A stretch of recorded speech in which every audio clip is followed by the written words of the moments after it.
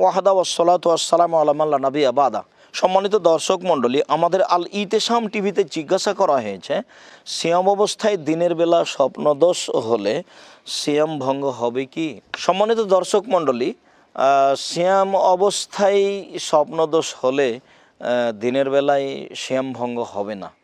কেননা স্বপ্নদোষের বিষয়টি মানুষের নিজের আয়ত্তের ভিতরে নয়, আর যে জিনিসটি মানুষের আয়ত্তের ভিতরে নয় সেই বিধান, সেই জিনিস মানুষের উপরে চাপানো হয়নি। আল্লাহ তাআলা বলেন, লা ইউকাল্লিফুল্লাহু নাফসান ইল্লা উসআহা। আল্লাহ তাআলা মানুষের উপরে ওই বিধান চাপাননি যে বিধান সে বহন করতে পারবে না। একমাত্র ওই বিধানই তার উপরে চাপানো হয়েছে যা তার পক্ষে সম্ভব। ঠিক অনুরূপী আয়েশা রাদিয়াল্লাহু তাআলা আনহা বলেন, রাসূল সাল্লাল্লাহু আলাইহি সাল্লাম বলেছেন, রফিয়াল কালাম আন সালাসা, 3 শ্রেণীর মানুষের উপর থেকে বিধান উঠিয়ে নেওয়া হয়েছে।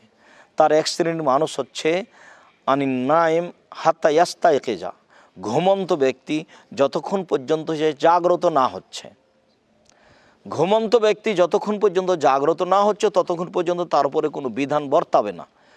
অতএব মানুষ দিনে ঘুমিয়ে গেছে, এই ঘুমের কারণে তার স্বপ্নদোষ হয়েছে, এতে তার সিয়াম নষ্ট হবে না, এ কথাই ঠিক। কেননা এই সময়ে তার উপরে কোনো বিধান প্রযোজ্য নয়, যা সহিহ হাদিস থেকে বোঝা যায়, যা আল্লাহ তাআলার বিধান থেকে বোঝা যায়।